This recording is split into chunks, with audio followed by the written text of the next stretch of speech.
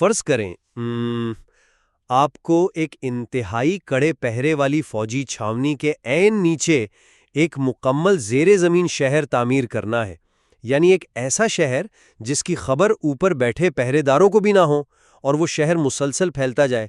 بالکل، اور وہ بھی اس حالت میں کہ آپ کے چاروں طرف خندقیں ہوں، پہرے دار ہوں، اور ذرا سی غلطی کا مطلب سیدھی موت ہو۔ ہاں، ظاہر ہے ایسی صورتحال میں آپ کی پوری توجہ، میرا مطلب ہے خفیہ راستوں، محتاط رابطوں اور ایک مضبوط کمانڈ سٹرکچر پر ہوگی تاکہ آپ کا نیٹ ورک پکڑا نہ جائے۔ Welcome to the debate.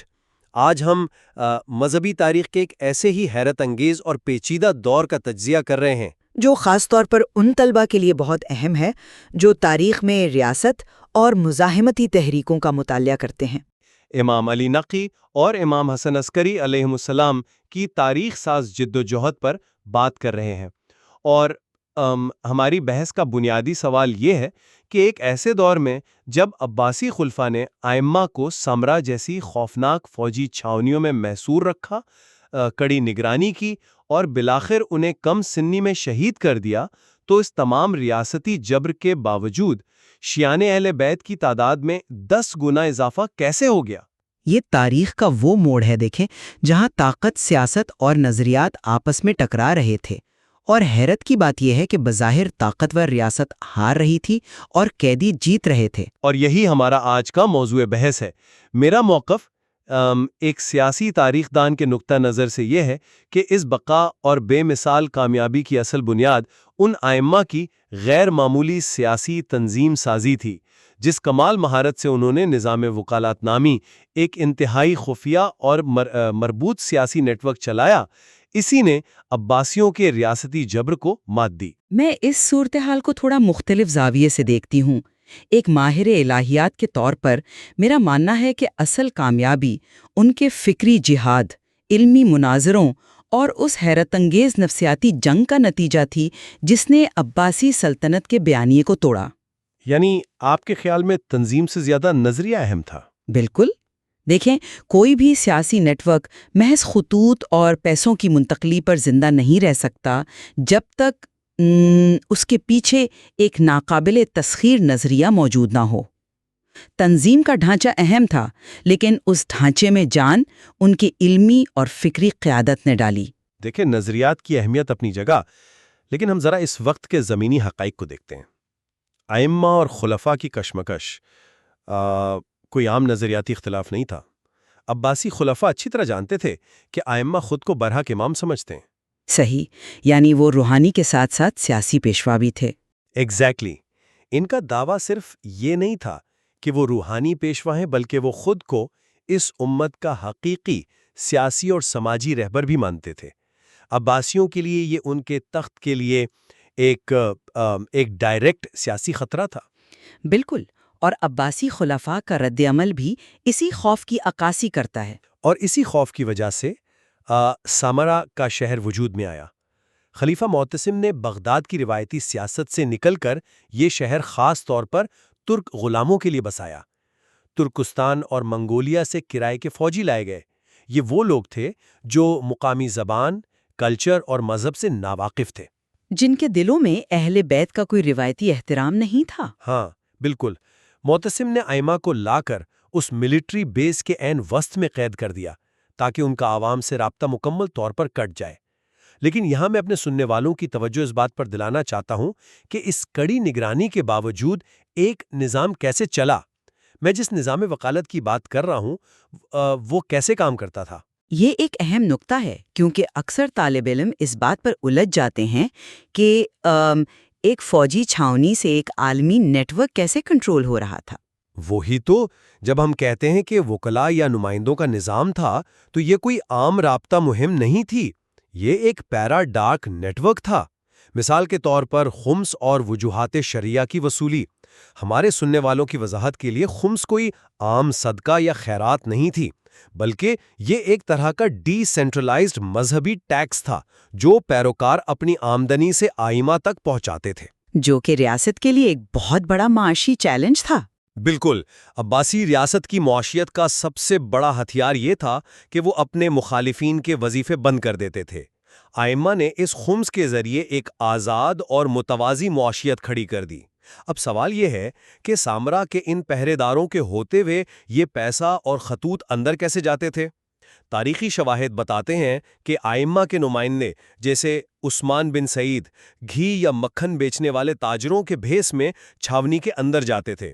وہ مکھن کے مشکیزوں کے اندر خفیہ خطوط اور رقوم چھپا کر لے جاتے تھے اور وہاں سے امام کے شرعی احکامات اور رسیدیں لے کر واپس آتے تھے۔ یہ واقعی ایک زبردست حکمت عملی تھی، ہے نا؟ یہ کم، خراسان، رے سے لے کر یمن تک پھیلا ہوا ایک گلوبل سپلائی چین آپریشن تھا جس کا عباسی انٹیلیجنس سراغ تک نہ لگا سکی۔ تو کیا یہ سیاسی اور تنظیمی مہارت کا شاہکار نہیں ہے؟ یہ تنظیمی مہارت اور لاجسٹکس واقعی حیران کن ہیں، میں اسے انکار نہیں کرتی۔ گھی کے مشکیزوں میں پیغامات بھیجنا یقیناً ایک زبردست جاسوسی اور تنظیمی حکمت عملی تھی، لیکن ایک منٹ کے لیے رکیے اور سوچئے کہ ان مشکیزوں کے اندر جو خطوط جا رہے تھے ان میں لکھا کیا تھا؟ ظاہر ہے احکامات اور ہدایات۔ ہاں، لیکن اگر ان میں محض انتظامی ہدایات ہوتیں تو لوگ 2 یا 3 نسلوں کے بعد تھک کر اس خطرناک کام سے پیچھے ہٹ جاتے۔ اس نیٹ ورک کو جو چیز دہائیوں تک متحرک رکھے ہوئے تھی وہ علمی اور فکری غلبہ تھا۔ یعنی آپ کے خیال میں وہ فکری قیادت تنظیمی ڈھانچے سے زیادہ بڑی ڈھال تھی؟ یقیناً۔ آپ نے عباسیوں کے سیاسی خوف کا ذکر کیا، لیکن ان کا ایک نظریاتی خوف بھی تھا۔ مامون عباسی اور بعد کے خلفاء نے بیت الحکمت کے نام پر یونانی اور دیگر فلسفوں کے تراجم کا جو بہت بڑا پروجیکٹ شروع کیا تھا، اس کا ایک مقصد یہ بھی تھا کہ ریاست کے پاس ایک ایسا پیچیدہ درباری علم آ جائے جس سے وہ ائمہ کے خالص اسلامی نظریے کو دبا سکے۔ انہوں نے یحییٰ ابن اختم جیسے درباری علماء کو بھی تو بٹھایا ہوا تھا۔ بالکل، انہوں نے ایسے ہی فاسق لوگوں کو چیف جسٹس اور درباری عالم بنا رکھا تھا۔ اگر امام محمد تقی علیہ السلام، جو اس وقت محض ایک نوجوان تھے، مامون کے دربار میں ان درباری علماء کو ان کے اپنے بنائے ہوئے پیچیدہ فقہی اور فلسفیانہ اصولوں پر شکست نہ دیتے تو عوام کا ریاست کے بیانیے پر ایمان پختہ ہو جاتا۔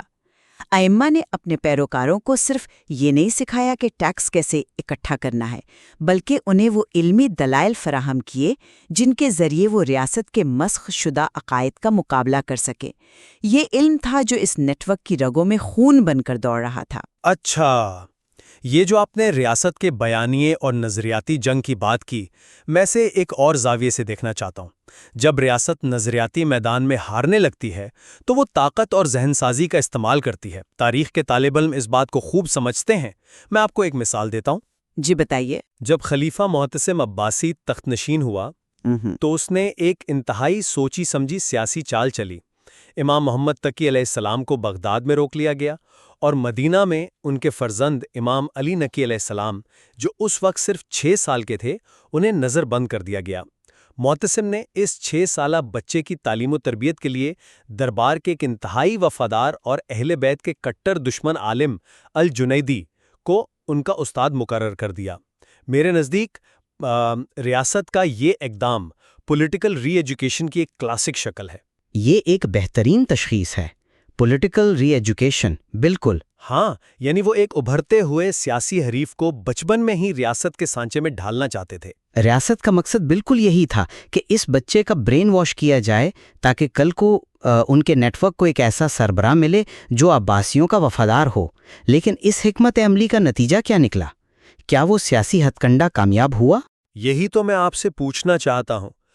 تاریخی روایات کہتی ہیں کہ وہ استاد الجنیدی خود ان کا پیروکار بن گیا، لیکن ہمارے سننے والے یقیناً یہاں کچھ شک کا شکار ہوں گے۔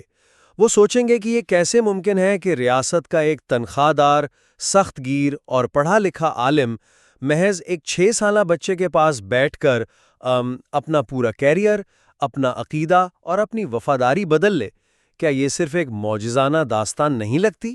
یہ بظاہر ایک معجزہ لگتا ہے، لیکن اگر ہم اس کی میکینکس پر غور کریں تو یہ خالص علمی برتری کا نتیجہ تھا۔ الجنیدی کوئی عام استاد نہیں تھا، وہ بغداد کے علمی حلقوں کا ایک بڑا نام تھا۔ اسے ریاست کی مکمل پشت پناہی حاصل تھی۔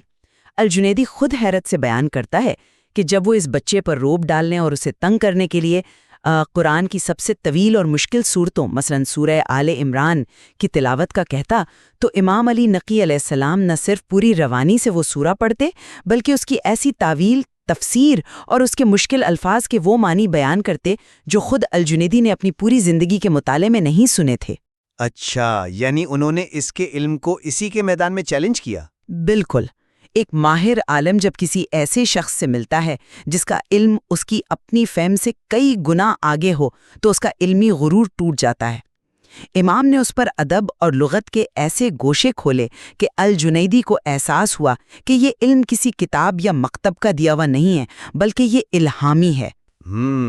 تو اس نے اپنا ایجنڈا چھوڑ دیا؟ ہاں، اس بچے کی علمی ہیبت نے اس ریاست کے تنخواہدار عالم کا برین واشنگ کا سارا ایجنڈا ناکام بنا دیا۔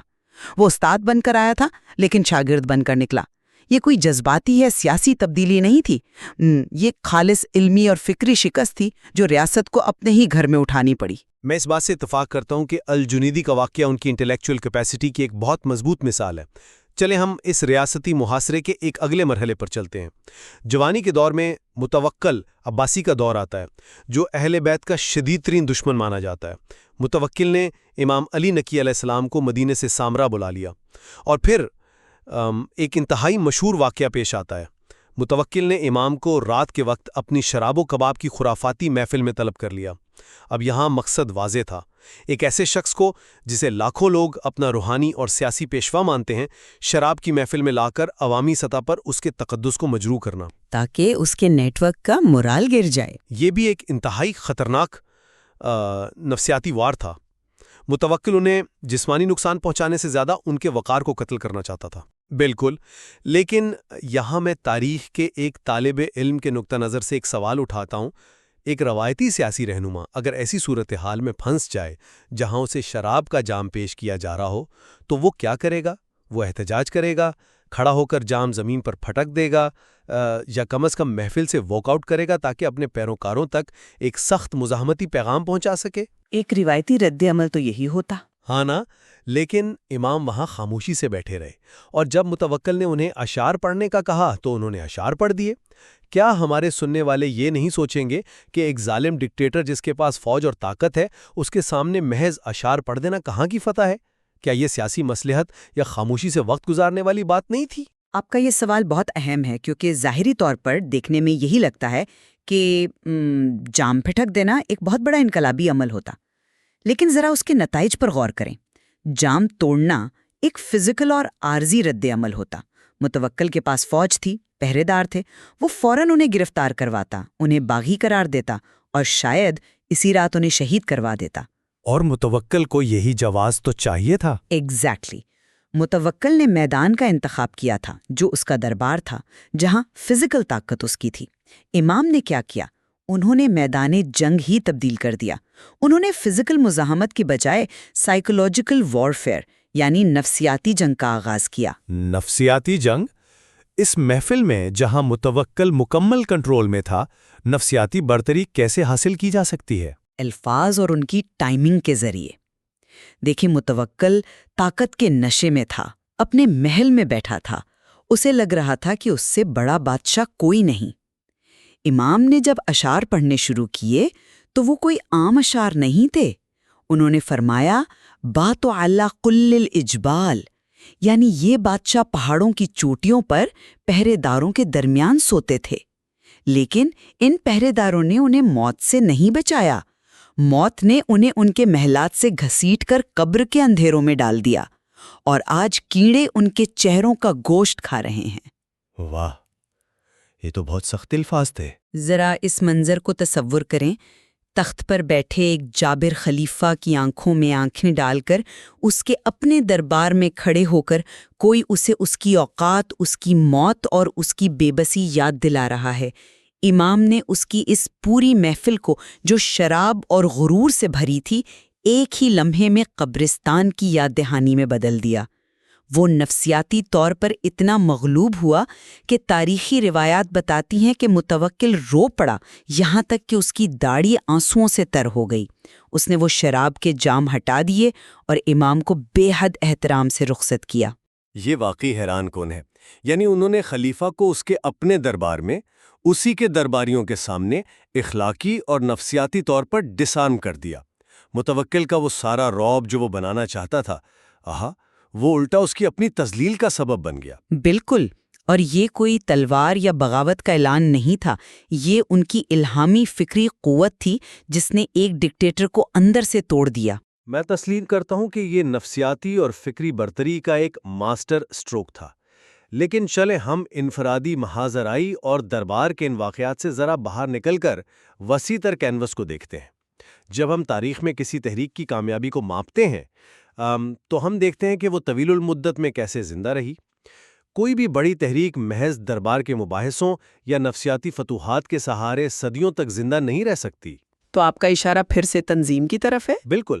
جب ہم یہ دیکھتے ہیں کہ اگلی کئی صدیوں تک اس تحریک کو کس چیز نے محفوظ رکھا، تو میں اپنے بنیادی موقف کی طرف لوٹتا ہوں کہ یہ اس نظام وکالت کا ہی کمال تھا۔ آپ کا مطلب ہے کہ طویل المدتی بقا میں بھی تنظیم کا کردار علم سے زیادہ تھا؟ بلا شبہ۔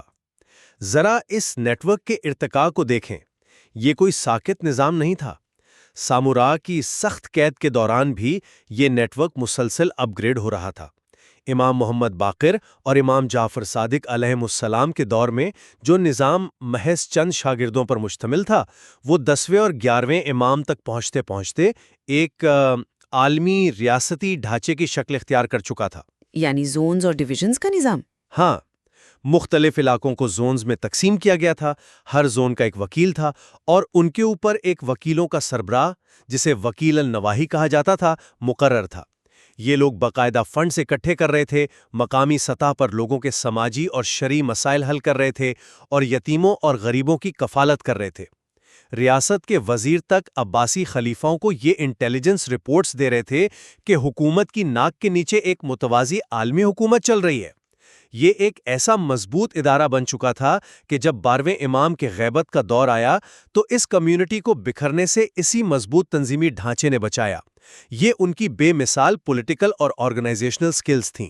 اس بات میں کوئی دو رائے نہیں کہ نظام وکالت ایک حیرت انگیز آرگنائزیشنل ماڈل تھا، لیکن ایک طالب علم کو یہ سوال خود سے پوچھنا چاہیے کہ اس پوری تنظیم کے چلانے کا حتمی مقصد کیا تھا؟ کیا وہ صرف ایک متوازی معیشت بنانا چاہتے تھے؟ ظاہر ہے معیشت تو ایک ذریعہ تھا۔ بالکل نہیں، اس تنظیم کی بنیادوں پر جو عمارت کھڑی کی گئی وہ دراصل علم اور احادیث کے مراکز تھے۔ آپ نے جن علاقوں کا ذکر کیا ہے، ذرا ان کی تاریخ دیکھیے۔ قم میں اشری قبیلے نے جو مرکز قائم کیا، وہ بعد میں علوم اسلامی کی تدریس کی سب سے بڑی یونیورسٹی بن گیا۔ شہر رے میں شیخ کلینی جیسے محدث پیدا ہوئے جنہوں نے اصول کافی جیسی کتاب مرتب کی۔ خراسان میں شیخ صدوق اور سرمرکند میں شیخ عیاشی ابھر کر سامنے آئے۔ یہ مراکز کیسے بنے؟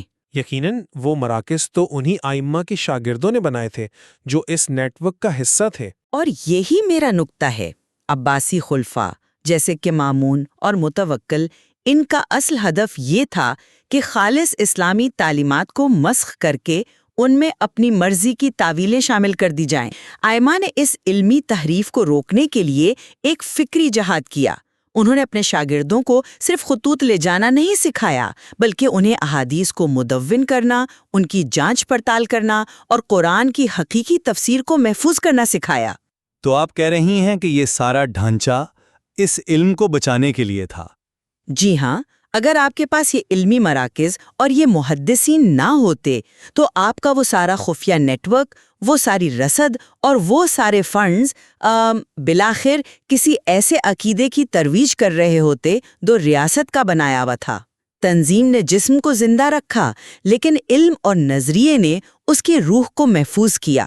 اگر آج 1200 سال بعد بھی ہمارے پاس قرآن کی اصل تفسیر اور خالص احادیث موجود ہیں تو وہ اس فکری جدوجہد کا نتیجہ ہے، محض کسی مالیاتی نیٹ ورک کا نہیں۔ یہ واقعی ایک بہت متوازن اور گہرا پہلو ہے۔ اگر میں اس پوری بحث کو ایک طالب علم کے لیے سمیٹنے کی کوشش کروں تو سیاسی تاریخ کے زاویے سے ہم یہ کہہ سکتے ہیں کہ ائمہ معصومین علیہم السلام کی جدوجہد کی عظمت اس بات میں ہے کہ انہوں نے ناممکن کو ممکن کر دکھایا۔ ایک جابرانہ فوجی محاصرے میں بغیر کسی خونریز بغاوت کے انہوں نے ایک ایسا انڈر گراؤنڈ تنظیمی نیٹ ورک قائم کیا جس نے اپنے وقت کی سپر پاور کی بنیادیں ہلا کر رکھ دیں۔ خلیفہ یک کے بعد دیگرے قتل ہوتے رہے، ان کی سلطنت زوال کا شکار ہوتی گئی۔ بالکل، لیکن زنجیروں میں جکڑے ہوئے قیدیوں کا اثر و رسوخ روز بروز بڑھتا چلا گیا۔ یہ ثابت کرتا ہے کہ بہترین حکمت عملی اور صبر طاقتور ترین فوج کو بھی شکست دے سکتا ہے۔ اور اگر ہم اسے الہیات اور نظریاتی تحفظ کے زاویے سے دیکھیں تو خلاصہ یہ ہے کہ ائمہ کی اصل فتح یہ تھی کہ انہوں نے ریاستی جبر کو علم اور نفسیاتی برتری سے توڑا۔ انہوں نے الجنیدی جیسے مخالفین کو اپنے علم سے زیر کیا اور متوکل جیسے جابر حکمرانوں کو ان کے اپنے درباروں میں اخلاقی شکست دی۔ یہ بات واقعی سوچنے والی ہے کہ انہوں نے میدان جنگ ہی بدل دیا تھا۔ ہاں، انہوں نے یہ ثابت کر دیا کہ امامت کسی ظاہری تخت کی محتاج نہیں ہے، بلکہ یہ دلوں اور ذہنوں پر حکومت کرنے کا نام ہے۔ انہوں نے دین کی اصل روح کو تحریف سے بچا کر ہمیشہ کے لیے محفوظ کر دیا۔ تو آج کی اس تفصیلی گفتگو سے ہمارے سننے والوں کے لیے، خاص طور پر تاریخ کے ان طلبہ کے لیے، یہ بات بالکل واضح ہو جاتی ہے کہ کسی بھی عظیم تحریک کی بقا کو ہم کسی ایک خانے میں بند کر کے نہیں سمجھ سکتے۔ اگر آپ اسے صرف ایک زاویے سے دیکھیں گے تو آپ پوری تصویر مس کر دیں گے۔ اس تحریک کی تنظیمی بقا، یعنی وہ سیاسی اور مالیاتی ڈھانچہ جس نے بیرونی حملوں اور معاشی پابندیوں کا مقابلہ کیا، اور اس کا نظریاتی تحفظ، یعنی وہ علمی اور فکری غلبہ جس نے تحریک کو اس کا مقصد اور روح فراہم کی، یہ دونوں آپس میں گہرائی سے جڑے ہوئے ہیں۔ بالکل، تاریخ کا یہ طالب علموں کے لیے ایک بہت بڑا سبق ہے کہ طاقت کا ظاہری وجود حتمی سچائی نہیں ہوتا۔ ہم اس مکالمے میں کسی ایک پہلو کو مکمل فاتح قرار نہیں دے سکتے، کیونکہ یہ طلباء کا کام ہے کہ وہ اس پیچیدہ تاریخی کشمکش کے شواہد پر غور کریں اور خود سمجھیں کہ بقا کا یہ سفر کتنا کثیر الجہتی تھا۔ بالکل ٹھیک کہا آپ نے، اور اگر میں اپنی اس گفتگو کو اسی تشبیہ پر ختم کروں جس سے ہم نے آغاز کیا تھا، وہ زیر زمین شہر جو ایک طاقتور فوجی قلعے کے عین نیچے بسایا جا رہا تھا، آج کے اس تجزیے کے بعد ہم یہ کہہ سکتے ہیں کہ اس شہر کی تعمیر کے لیے وہ خفیہ سرنگیں، وہ گھی کے مشکیزوں میں چھپے خطوط اور وہ محتاط رابطے اتنے ہی ناگزیر تھے جتنی کہ وہ علم اور نظریے کی روشن مشعلیں جنہوں نے ان تاریک راستوں میں چلنے والوں کو کبھی بھٹکنے نہیں دیا۔ ایک بہترین اور جامع اختتامی خیال، تاریک ترین ادوار میں بھی تنظیم کی مضبوطی اور علم کی روشنی مل کر ہی بقا کا راستہ بناتے ہیں۔ اسی خیال کے ساتھ ہم آج کے مباحثے کو یہیں روکتے ہیں۔ تاریخ کے ان اوراق میں یقیناً ابھی بہت کچھ ایسا ہے جس پر مزید غور کیا جا سکتا ہے اور جو مزید دریافت ہونا باقی ہے۔ سنتے رہنے کا شکریہ۔